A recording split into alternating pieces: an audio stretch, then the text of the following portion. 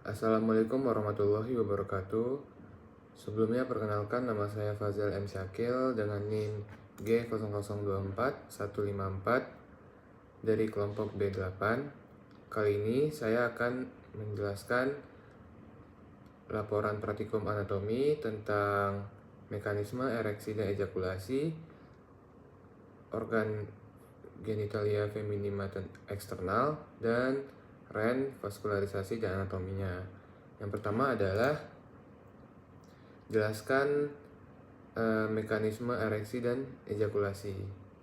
Nah, jadi mekanisme ereksi terjadi itu akibat rangsang psikogenik visual, pendengaran, penciuman atau imajinasi, dan rangsangan refleksogenik. Stimulasi langsung pada Simulasi ini dimulai prosesnya itu dengan aktivasi sistem saraf parasimpatis yang berasal dari NIL-CLMS sakrum 2 sampai sakrum 4. Aktivitas ini menyebabkan pelepasan neurotransmitter oksida nitrat dari ujung saraf non-atergenik non-kolinergik dan sel endotel di dinding pembuluh darah penis. Nah, NO tadi itu merangsang enzim guanilasiklase yang meningkatkan produksi siklik guanin monofosfat atau CGMP. Nah, CGMP ini berperan dalam merelaksasi otot polos pada dinding arteri penis dan sinusoid corpus cavernosum dan corpus aponeurum.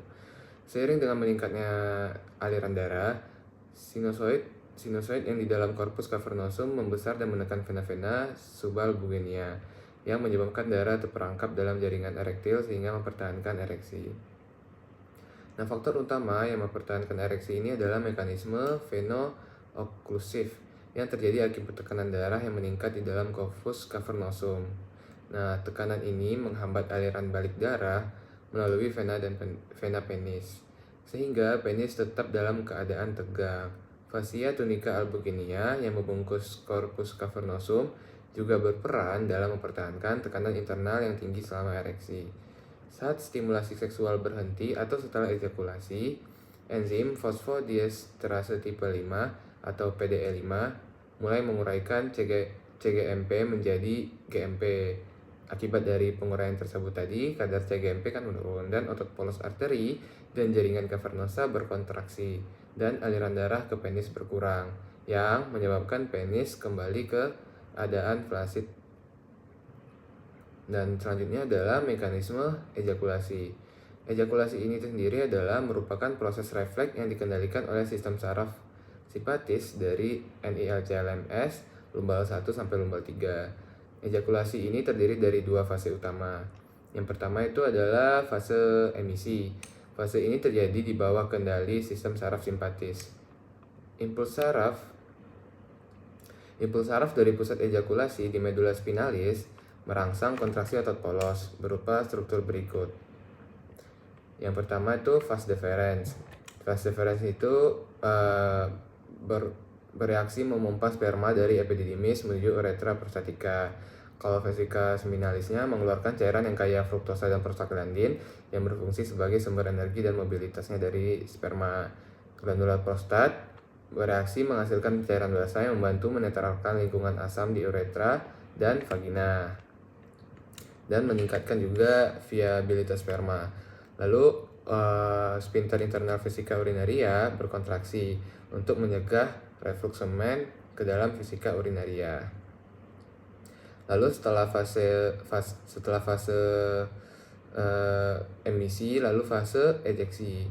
Nah, fase ini dikendalikan oleh sistem saraf somatik melalui saraf pudendus sakrum 2 sampai sakrum 4. Impuls dari pusat ejakulasi di medula spinalis merangsang kontraksi ritmik otot bulbus spongiosum dan otot ischiocavernosus yang mengelilingi uretra dan pangkal penis. Kontraksi ini menghasilkan tekanan yang cukup untuk mendorong semen keluar dari uretra penis melalui meatus uretra eksternal dalam bentuk semburan. Tekanan ejakulasi dapat meningkat akibat sinergi antara kontraksi otot perineum dan peningkatan tekanan intrauretal.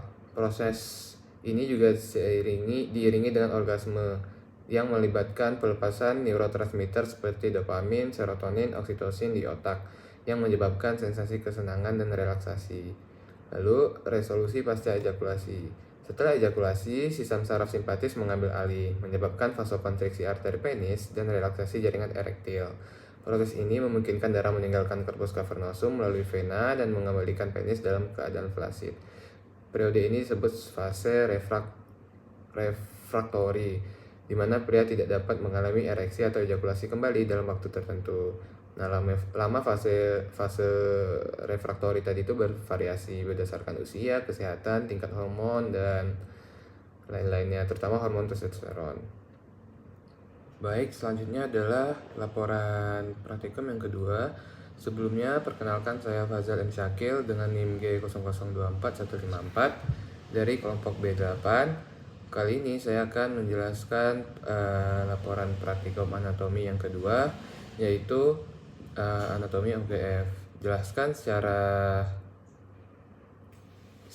secara runtut anatomi dari organa genita feminima yang eksterna. Baik, untuk organa genitalia feminima ini terdiri dari beberapa struktur yang memiliki fungsi penting dalam perlindungan, dalam aksensasi seksual dan reproduksi. Nah, pada bagian yang eksterna ini dapat ditemukan mons pubis atau bagian terluar, yaitu tonjolan lemak yang terletak di atas os pubis, dan jika sudah pubertas akan ditutupi oleh rambut atau pubes. Lalu bisa kita dapati labia mayor. Labia mayor ini adalah sepasang lipatan kulit besar yang melindungi struktur genitalia lebih dalam. Labia mayor ini kalau dengan pria itu homolog dengan organ skrotum, dan ke arah anterior dan ke arah posteriornya itu labia mayor dextra et sinistra ini akan saling bertemu dan membentuk commissura labiorum anterior et posterior. Lalu juga bisa kita dapati labia minor. Labia minor ini lebih kecil, lipatan kulit yang lebih kecil, lebih tipis dan tidak berambut. Letaknya itu di antara labia mayor dan mengelilingi vestibulum vagina. Labia minor ini membatasi bagian lateral dari ostium uretra externa dan orifisium vaginae. Ke arah anteriornya itu terbagi menjadi lapisan atas, berjalan ke arah klitoris, membentuk pelipatan yang saling bertemu, membentuk tutup dari gland klitoris yang disebut prepucium clitoridis, dan pada lapisan bawahnya itu berjalan di bawah klitoris dan saling bertemu juga dan membentuk frenulum clitoridis. Lalu juga bisa kita dapati ada glandula vestibularis mayor atau Bartholin.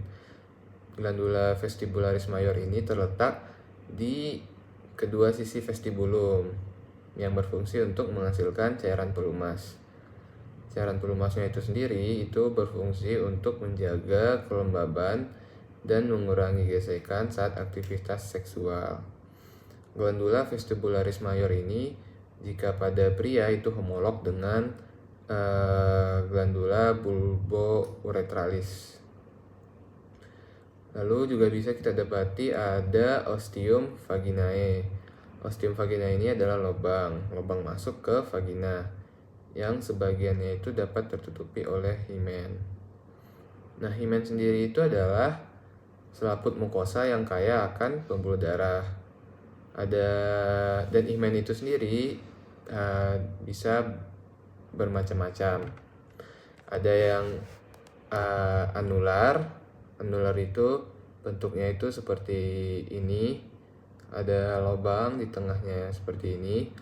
Lalu ada juga yang septate himen. Septate himen ini seperti anular, ada lubang juga di tengahnya, namun ada selaputnya juga yang membentang di antara lubangnya itu. Lalu ada juga tipe himen yang cribriform. Tipe himen yang cribriform ini ada lubang juga di tengah, namun tidak sebesar yang anular ataupun yang septate. Dia itu seperti bintik-bintik lubang yang lebih kecil di tengah selaput himennya itu. Lalu juga ada tipe yang porous. Porous ini tipe himennya itu lebih lebar bukaannya, tidak lebih lebar daripada anular, spectate, dan cribriform tadi sebelumnya. Nah, ada sebuah himen ini juga bisa mengalami sebuah klinis, yaitu himennya itu tidak memiliki lubang, yaitu himen imperforata. Nah, akibatnya dari klinis ini sendiri itu darahnya nggak bisa keluar, dan juga himen ini juga bisa ruptur karena coitus atau carancula hymenalis. Sekian untuk yang organa feminalia. Lalu selanjutnya adalah anatomi REN beserta vaskularisasinya. Sebelumnya, perkenalkan, nama saya Fazal M. Syakil dengan NIM G002454 dari kelompok B8. Kali ini saya akan menjelaskan laporan praktikum anatomi yang ketiga, yaitu jelaskan anatomi dari REN beserta vaskularisasi dan inervasinya. Baik, untuk anatomi REN beserta vaskularisasi dan inervasinya itu, pertama itu anatominya. Jadi REN itu adalah organ yang berbentuk seperti kacang. Perannya itu untuk filtrasi darah, keseimbangan elektrolit, dan regulasi tekanan darah pada tubuh manusia. REN ini merupakan organ retroperitoneal pada kedua sisi vertebra lumbalis. Tapi ginjal kanan itu sedikit lebih rendah daripada ginjal kiri karena adanya desakan dari lobus hepatis dextra. REN sinister ini terletak setinggi VTH 11 sampai vertebra lumbal 3, dan yang kanan lebih rendah sedikit daripada yang sinistra. Lapisan pembungkus dari REN ini ada kapsula fibrosa, parietal fat, dan fascia renalis dan pararenal fat. Dan untuk fiksator dari REN ini sendiri itu adalah fascia renalis, arteri vena renalis, corpus adiposum, parirenal, dan pararenal fat. Dan begitu untuk membungkus dan fiksatornya. Untuk struktur interna dari REN ini sendiri itu terdiri dari cortex renalis dan medulla renalis. Pada cortex renalis itu bisa kita temukan columna renalis Bartini dan arcus corticalis. Dan untuk pada medulla renalis itu bisa kita temukan piramidis renalis, papilla renalis, foramina papillaria, ada calyx minor dan calyx mayor. Bisa kita temukan juga pelvis renalis dan sinus renalis. Nah, untuk vaskularisasi darahnya itu, jadi ginjal ini mendapatkan suplai darah dari arteri renalis seperti namanya REN, yang merupakan cabang langsung dari aorta abdominalis VL1 sampai VL2. Nah, arteri renalis ini bercabang menjadi arteri renalis dextra dan sinistra, yang kemudian membentuk arteri interlobaris yang letaknya itu di antara piramida medulla. Arteri ini bercabang lagi menjadi lebih lanjut menjadi arteri arcuata di perbatasan korteks dan medulla. Lalu pecah lagi menjadi arteri interlobularis yang memasuk darah ke glomerulus dan arteri aferen.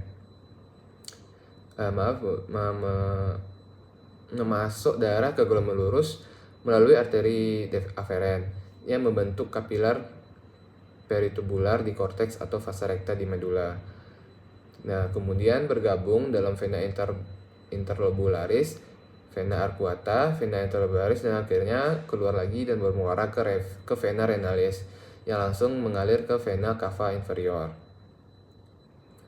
Nah, begitulah untuk vaskularisasi dari REN. Lalu untuk inervasi persarafan dari REN ini, jadi inervasi REN itu berasal dari plexus renalis.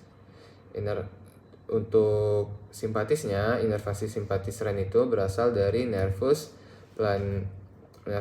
planicus mayor et nervus planicus minor. Nah, itu untuk yang simpatisnya. Untuk parasimpatisnya itu berasal dari nervus vagus yang berperan dalam regulasi fungsi tubular ginjal, meskipun efeknya itu tidak dominan. Untuk drainase limpatikinya itu masing-masing REN itu bermuara ke nodi aortiki lateralis atau lumbalis di sekitar sekeliling pangkal arteri renalis. Baiklah, menurut saya sekian untuk laporan anatomi yang ketiga, yaitu renal serta vaskularisasinya. Untuk struktur fiksator, pembungkus, medula, korteks bagian dalamnya ren yang bisa kita temukan kolumna renalis, arcus aortalis, piramid, medula ada piramid papilla, coalis mayor, coalis minornya, dan inervasi dan vaskularisasinya. Dan juga untuk drainase limfatiknya. Nah, sekian laporan praktikum anatomi saya. Mohon maaf jika ada kesalahan, dan terima kasih atas perhatiannya. Assalamualaikum warahmatullahi wabarakatuh.